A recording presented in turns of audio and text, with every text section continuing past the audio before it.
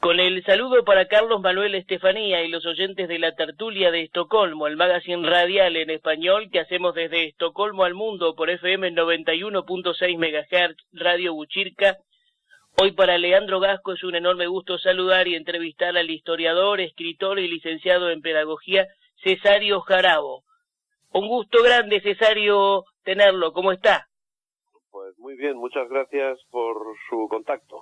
Bueno, hoy vamos a reflexionar sobre la actualidad, sobre sus libros, y es un gusto que nos pueda acompañar y, bueno, analizar, reflexionar sobre la sociedad, la actualidad, el presente.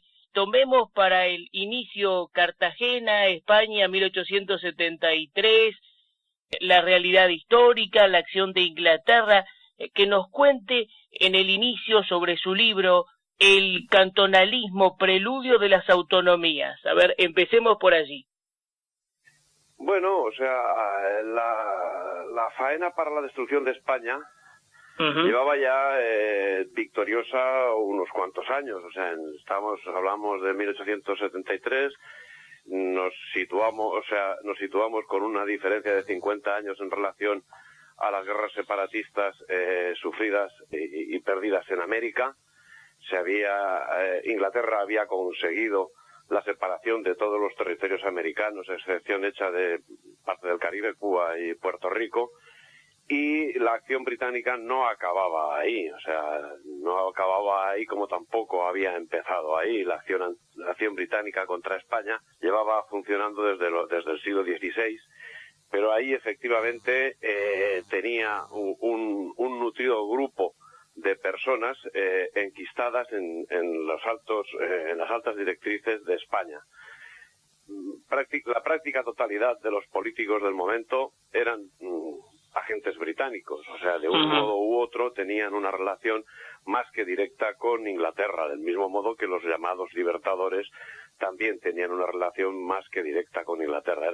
Yo los califico directamente como agentes británicos. Entonces, con esa situación que se había ya destruido España se había convertido en 20 republiquetas y una monarquieta, Inglaterra seguía pues manipulándolo todo. O sea, se había hecho con todos los medios de producción españoles, tanto del otro lado del Atlántico como de este, pero centrándonos aquí en la península, había hecho acopio de todos los productos de la minería. Se había hecho con la industria, la poca industria que la había destruido en beneficio exclusivo de los intereses ingleses, pero no acababa ahí la cuestión seguía en que había que machacar absolutamente a España, y la labor llevó a que, en 1873, ya después de que de una manera simpática, si se quiere, o estúpida, si se quiere, Amadeo I había abandonado el reinado de España, de buenas a primeras se encontraron con que la República no quedaba otra solución. O sea, se había proclamado la República de una manera estrambótica, y a partir de ahí llegó de sopetón la lapidación total de España, en definitiva. Entonces empezaron a declararse independientes pues poblaciones, pues Cartagena, Valencia, en fin, o sea, pero además poblaciones luego ínfimamente pequeñas, o sea, poblaciones que a lo mejor tenían 500 habitantes, se declaraban autónomos y empezaban entre ellos además una guerra de fronteras. O sea, en Sevilla hubo una guerra que costó 600 vidas, o sea, quítame ahí unas piedras que hay entre nuestra frontera. Esa situación provocó que, Pi Margall, que era el que estaba de presidente de la República, pero es que además podemos decir que era el ideólogo de esa situación, acabó dimitiendo. Pero es que lo curioso procede inmediatamente antes, cuando Figueras, harto de la situación en la que estaba, porque aquello era un guirigay incomprensible, reunido en Consejo de Ministros, pues no se le ocurrió otra cosa que decir, lo dijo en catalán, dice: senyors, estic fins als collons de tots nosaltres. Traduciendo: señores, estoy hasta los cojones de todos nosotros. y cogió y se marchó. Se marchó, y la primera comunicación que tuvieron después de esa marcha fue que llamó desde París diciendo que se encontraba bien y que se olvidaran de él. Entonces ahí, bueno, como digo, los cantones empezaron a separarse, empezaron a pelearse. El cantón de Cartagena se hizo con la armada española, y con esa armada pues bombardeó Almería, en fin, intentó invadir Valencia, pero bueno, se conformó con hacer unos actos de piratería y quedarse con unos barcos que encontró por el camino. Mientras tanto, ¿qué hacían las potencias europeas? Pues vigilar que eso se llevase bien. Tanto ingleses como prusianos pues acompañaban a la flota cartagenera, pero no se metían, no les impedían hacer nada. Bueno, los prusianos sí llegaron a detener un barco, y eso ocasionó un conflicto internacional, y hasta el extremo que Cartagena pues le declaró la guerra a Prusia. Bueno, los accidentes que provocaron, incluso entre ellos en el mar, puesto que los barcos acababan siendo dirigidos de forma democrática y la tripulación pues a lo mejor no sabía ni cómo funcionaba el barco. Bueno, pues acabó eso en lo que podía acabar. El ejército finalmente fue tomando cada uno de los cantones, y ahí se acabó el cantonalismo. O sea, la república no llegó a durar un año, y los cantones pues desaparecieron. La verdad que el saber enriquece y ayuda a comprender también por qué estamos como estamos. Interesante volver a la historia, ¿no? Y yo quería pedirle también una reflexión del enfrentamiento británico con la hispanidad, incluida la americana, y que pueda desarrollar sobre el papel también de la masonería histórico en este escenario contrario al espíritu hispánico, ¿no? Y muchas veces cercano a un liberalismo subordinado, ¿no? Y también como haciendo mención, ¿no? Siempre aparecen traidores de adentro para la disgregación. Sí. Bueno, y yo de la masonería puedo decir que sé algo menos que nada. Pero yo he llegado a una conclusión, o sea, muy mía. A ver. Yo no quiero sentar ninguna cátedra, pero para mí que la masonería no es sino una creación además está creada a principios del siglo XVIII, poco antes del Tratado de Utrecht, y en definitiva yo creo que es una maniobra del Ministerio de Asuntos Exteriores británicos para sus propios intereses, y en principio para atacar a España.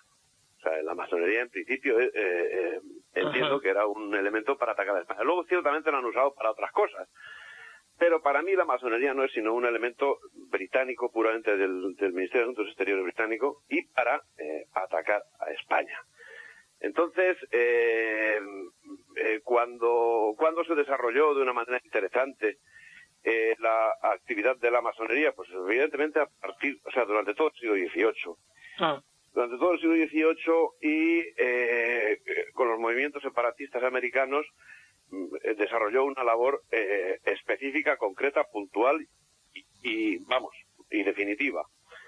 Todos los próceres separatistas americanos, Bolívar, O'Higgins, San Martín, todos eran masones. Todos habían pasado por Londres y se habían adoctrinado en Londres. Pero cada uno de ellos, o sea, podemos coger cada una de las situaciones de cada uno de ellos. San Martín, por ejemplo, que salió después de haber estado combatiendo aquí en la península contra los franceses a las órdenes de Wellington,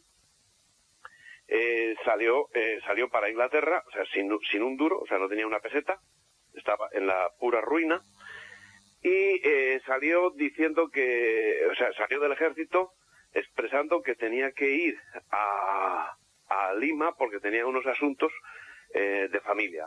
Bueno, ciertamente San Martín había nacido en América, había nacido en Argentina, en las Provincias Unidas, en el Río de la Plata, porque todo lo demás, esas definiciones son posteriores.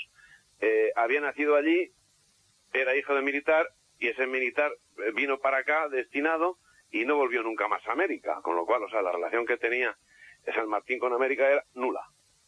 Pero efectivamente él lo que iba era a cumplir un plan británico que había sido estructurado ya desde hacía un siglo para la toma de Lima. Y bueno, para eso pues siguió el rumbo que le habían marcado la masonería, y fue a Londres, y después de Londres pues se fue allí, y después de la tenida que tuvo con San Martín no volvió nunca más a América. Se volvió a Europa, estuvo viviendo en Francia, e Inglaterra le requirió para unos nuevos servicios en los Países Bajos, y sí, ahí los desarrolló, ahí los hizo de una forma muy bien, como buen siervo británico, la separación de Bélgica de los holandeses, ¿no? Y eso fue la cuestión de la masonería en concreto en ese sentido. ¿Cómo se desarrolló luego, después de la separación de las Españas americanas? Pues se desarrolló con los otros elementos de la masonería, que estaban todos incrustados en las más altas jerarquías del Estado. O sea, Mendizábal yo he dicho en alguna ocasión, es que Mendizábal no era español, Mendizábal era directamente inglés. O sea, vino desde Londres para hacer su desamortización, etcétera. Pero es que él y todos, empezando por Isabel II y tal vez incluso por Fernando VII, aunque claro, la relación con Fernando VII es bastante distinta porque él estaba más al servicio de Francia que al servicio de Inglaterra, pero, en fin. Interesante.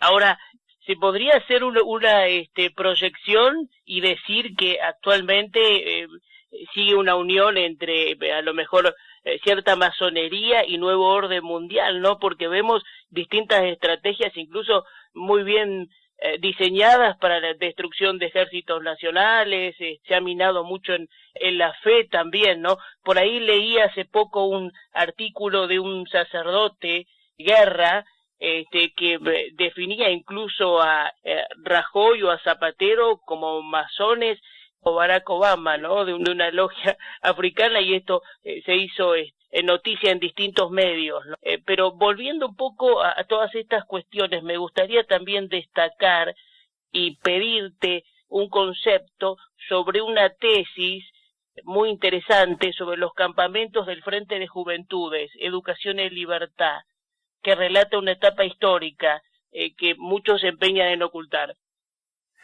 Sí, bueno, voy a hacer una pequeña pincelada al tema de la masonería y luego continuaré con los campamentos. Me encantaría, a ver.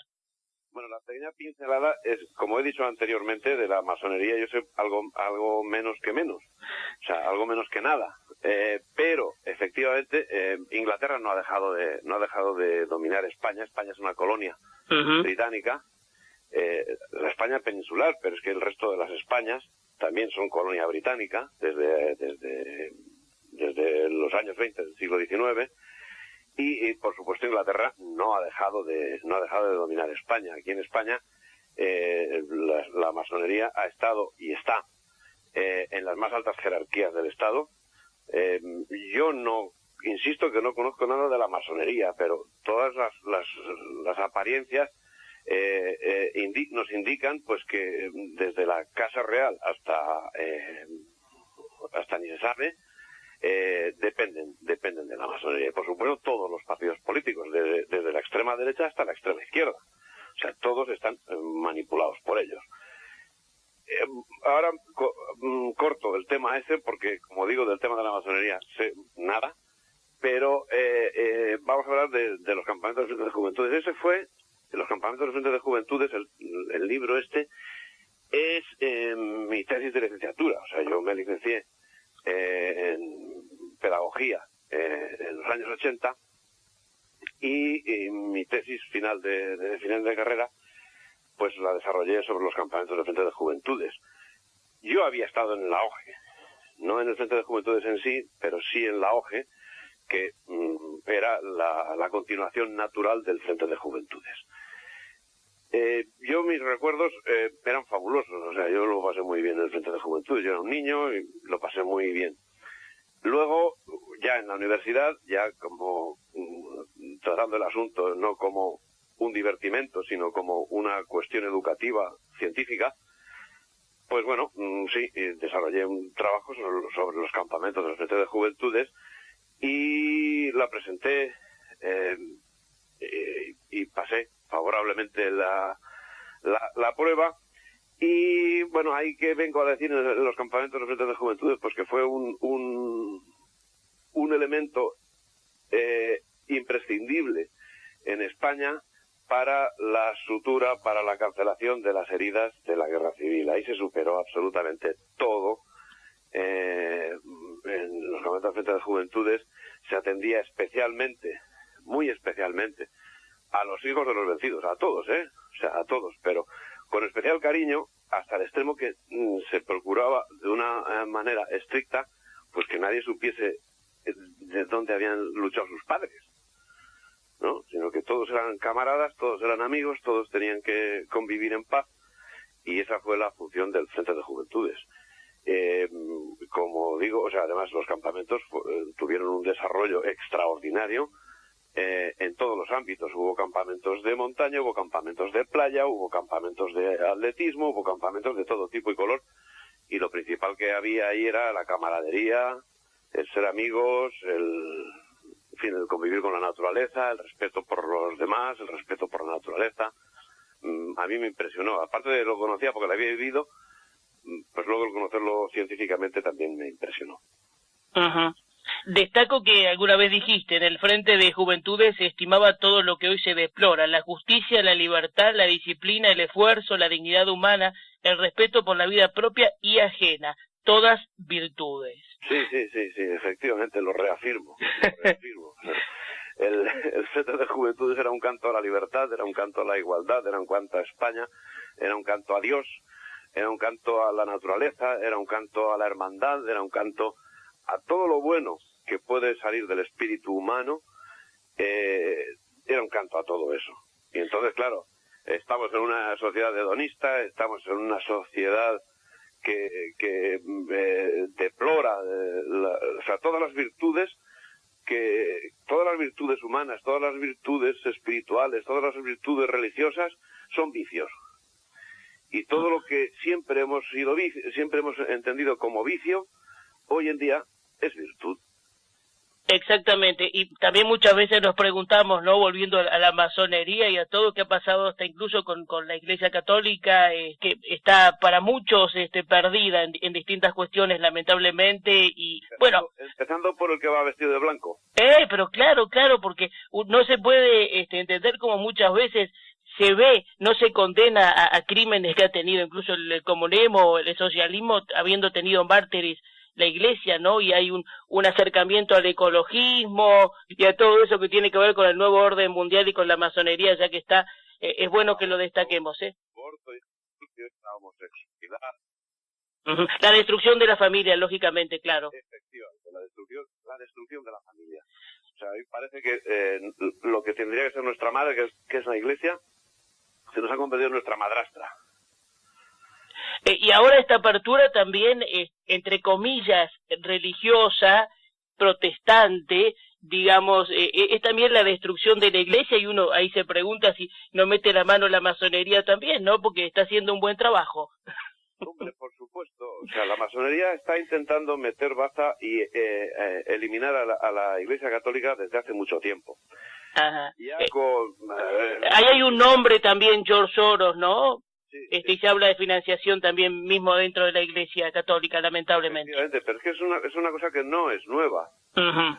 Ya, pero está poniendo mejor las fichas, parece. Está poniendo mejor las fichas, digo, pareciera poniendo su gente adentro por la estrategia que se percibe, ¿no? Lo intentaron con Pío IX. Sí. Es que, bueno, no sé si fue Pío IX o Pío X. Creo que era, ahora estoy pensando, creo que era Pío X. O sea, Pío X en su momento fue el candidato puesto por la masonería. Uh-huh.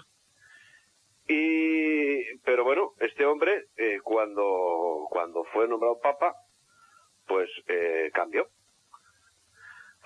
y se convirtió del elemento masónico metido dentro de la Iglesia, en la cabeza de la Iglesia, se convirtió en un papa extraordinario. Claro. Y bueno, ahí se ve que tuvieron un fallo, y ahora yo creo que no han errado, ahora yo creo que lo han acertado. Así es. Desde luego, la masonería estaba ahí metida y seguro, vamos, o sea, como digo, metiendo papas y muy probablemente habiendo metido a este. Tampoco lo puedo decir porque eso no lo desconozco, pero... Sí, no se puede afirmar, pero los indicios... Sí, los indicios hacen que y lo más doloroso es que digamos que es que sanguíneamente de los nuestros, pero no. Claro. Bueno, yo muchas veces he señalado, incluso en los ministerios de defensa de los países, como ha pasado en Argentina, había gente puesta con altos vínculos, incluso con Soros, con el nuevo orden mundial, con Inglaterra y demás, en una proyección muy interesante para la destrucción soberana y para que ante como está sucediendo actualmente, ante un conflicto no hay fuerzas armadas, no están obsoletas tecnológicamente. Sí, efectivamente. Bueno, o sea, yo entiendo además que la guerra que se pueda suceder de ahora en adelante será informática en gran parte. Entonces, yo lo que espero es que, así como el descubridor del submarino, Isaac Peral, lo descubrió, pues que sea un hispánico el que lo descubra, pero que no cometa los mismos errores que cometió Isaac Peral, que fue dar ese descubrimiento a los propios agentes británicos. Porque, como digo, o sea, yo ahora mismo creo que la guerra que se pueda suceder será informática principalmente. O sea, hasta el extremo que informáticamente pues se puedan bloquear las ojivas nucleares, etcétera. O sea, es seguro que es de nivel informático. Ahí está. Que no suceda lo mismo que con Isaac Peral, o sea, porque en 1898 España tenía que haberle dado un baño a los Estados Unidos tanto en Cavite como en Santiago.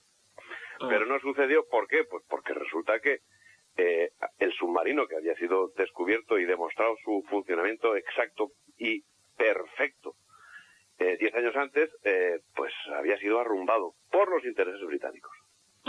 Y a propósito, hay un submarino que no aparece en Argentina y una base militar puesta en las Islas Malvinas también, ¿no? Que tienen los ingleses justamente. Efectivamente. Todo, o sea, bueno, es que todo va, o sea, el tema de las Malvinas, todo, o sea, incluso la creación, la formación de los estados nacionales de Sudamérica es un hecho británico. O sea, el nombre de Argentina pues lo inventaron. El Ecuador, lo mismo. Bolivia, lo mismo. En fin, o sea, destruyeron los virreinatos tanto de Nueva España como de Río de la Plata como Nueva Granada. En fin, o sea, lo destrozaron absolutamente todo y lo distribuyeron a su modo y manera, creando unas fronteras antinaturales al objeto de controlar el mercado que había entre unas zonas y otras. Pero el mate que se consumía en Argentina, pues resulta que estaba producido en Bolivia, por ejemplo. Es que no lo sé exactamente, no sé si es en Bolivia pero en fin, el caso es que pusieron una frontera por medio, al fin y efecto, de controlar ese mercado. Y ahí está siempre el control triste, pero la destrucción de los estados nacionales, ¿no? Yo que tuve el gusto de entrevistar a héroes de la guerra de Malvinas como el coronel Seineldín, incluso que después fueron presos también. No es bueno que nadie que defienda un estado nacional tenga mucho protagonismo, ¿no? Ahí está. Bueno, a ver, ¿qué puedes ilustrarnos dando una vueltita de página sobre tu obra El aprendiz de Quijote, acontecimientos actuales interpretados desde el espíritu quijotesco? Bueno, para mí, Don Quijote de la Mancha, digamos que en la literatura yo la dividiría en dos partes. Una, Don Quijote de la Mancha, otra, el resto. Claro. Eso, empezando por ahí. Don Quijote de la Mancha no es una novela. No es una novela. A mí me resulta imposible leer una novela. Hasta el extremo que ni con Dostoyevsky puedo. No puedo. Dostoyevsky, sí, incluso recuerdo que lo decía mi mujer después de muchos años, pero léete, no sé qué. Digo, que no lo aguanto. Me lo leo y digo, oye, tienes razón, oye, está muy bien porque expresa todo lo de todo Rusia, no sé qué, no sé cuánto. Y al final resulta que me la acaba, pum. Digo, que no me gusta, que la novela no me gusta. Entonces, dice, ¿y cómo Don Quijote de la Mancha es tu obra máxima? Porque Don Quijote de la Mancha no es una novela. Don Quijote de la Mancha es una filosofía pura y dura del espíritu hispánico. Novelada, eso sí, novelada, de acuerdo, pero no es una novela. Todos los hechos que acontecen en Don Quijote de la Mancha son hechos reales, son hechos auténticos. ¿Qué sucede? Dice, y lo de los molinos, y lo de las ovejas, y lo de... son hechos reales. Pero es que ni los molinos son molinos, ni los rebaños de ovejas son rebaños de ovejas. O sea, son enemigos auténticos. Y esos enemigos auténticos son el mal, la mentira, la traición, que se les da otros nombres, que se les da molinos, que se les da rebaños de ovejas. Pero es más, o sea, yo he querido ver en Don Quijote de la Mancha una transcripción de una personalidad histórica, que es Hernán Cortés. Y esos actos concretos son batallas reales y auténticas llevadas a efecto por Hernán Cortés. Que, como digo, pues los convierten en corderos o los convierten en molinos de viento, porque el autor está al servicio de alguien, que yo entiendo que ese alguien, a quien le dedica el libro. Entonces resulta que esas personas, esos actos están hechos por un hombre concreto, que es Hernán Cortés, y ese Hernán Cortés, que había tenido unos enfrentamientos con la alta nobleza peninsular como consecuencia de sus actividades, fue atacado pues por Fray Bartolomé de las Casas, fue atacado por una playa de gentes de la nobleza, cuando era un hombre que estaba aportó al Imperio Español los territorios más ricos y los más extensos. Y entonces eso, en Don Quijote de la Mancha se escribe desde mi punto de vista, y siguiendo bastante a Unamuno. Lo que pasa es que yo creo que Unamuno pues no vio la dedicatoria, no sé, porque la dedicatoria para mí es definitiva. En todo lo demás yo soy un unamuniano absoluto. Y entonces Hernán Cortés, un fenómeno que es hombre generoso, amable, dialogante, que trataba con todo el mundo, que se presentó allí con tropas de pura miseria y conquistó todo un imperio. ¿Y cómo conquistó todo ese imperio? Pues lo conquistó gracias a sus formas humanistas de tratar a aquellos mismos que vencía, que se convertían inmediatamente en sus soldados. De Don Quijote de la Mancha y hemos acabado hablando de Hernán Cortés. Bueno, esto es muy interesante, maravilloso, y yo no quiero dejar de mencionar, destacar tus obras literarias, también especialmente el primero de los insurgentes, el caudillo hispano que se alzó contra el Islam. Esta sí, novela histórica referida a Omar Ben Hafsun. Sí, efectivamente, es el único caso de novela que yo me he atrevido a hacer. Y el motivo porque no he hecho otra novela, el motivo que la hice, me faltaban datos históricos, para hacer un tratado histórico sobre Omar Ben Hafsun. Y bueno, yo quería escribir algo sobre Omar Ben Hafsun porque es un personaje que me atrajo desde que lo conocí. Me atrajo, ahora mismo empieza a ser conocido, pero yo lo conocí hace 30 años y era un personaje desconocido por todo el mundo. Nadie había oído hablar de Omar Ben Hafsun. Y bueno, yo los pocos datos que llegué a recoger de él me atrajeron de una manera soberana, y me dije que tenía que escribir algo sobre Baron Samsun. ¿Qué sucede? Pues que los datos que existen están en Fez escritos en árabe. Y claro, primero aprende árabe y luego aprende paleografía árabe. Con lo cual, pues no lo hice. Pero hice una novela, en la cual me invento algunos nombres y nada más, o sea, porque todo lo demás es historia, o sea, lo que relato en el primero de los insurgentes es historia pura y dura, pero claro, los nombres pues me los invento y nada, al final lo termino de una manera pues como para mí acaban la mayoría de las novelas o las novelas que he leído, vamos, pum pum pum pum pum, corriendo y se acabó. Porque claro, yo lo hago como es novela, yo me permito el lujo de hacerlo victorioso en su última batalla, cuando resulta que fue vencido. Claro. Y entonces, bueno, lo que hago en el último capítulo, que son, 4 líneas, pues aclaro que efectivamente no venció, sino que perdió la batalla, y que vivió, luego siguió viviendo independiente, ¿eh? Uh-huh. Y cuando murió fue cuando Abderramán III ya tomó Bobastro y etcétera, etcétera, etcétera. Pero en fin, o sea, un personaje extraordinario, un personaje cuya hija además es santa. Sí, bueno rescatarlo. Ahora, Cesario, pueden seguirte en www.cesariojarabo.es, también en facebook.com/elcantonalismo. Esta sí tienes conexión en esto tan interesante de unir historia con presente, porque conociendo la historia, vuelvo a reiterar, sabemos por qué estamos como estamos. Efectivamente, y yo lo que aspiro es a que antes de morirme la hispanidad esté unida. Ojalá así sea, ¿no? Seamos una potencia, pero no por la potencia, sino porque lo que somos. Claro. Sino por lo que somos. ¿Seremos potencia? Bueno, ¿qué lo seremos? Pero es que somos, somos hermanos, somos lo mismo.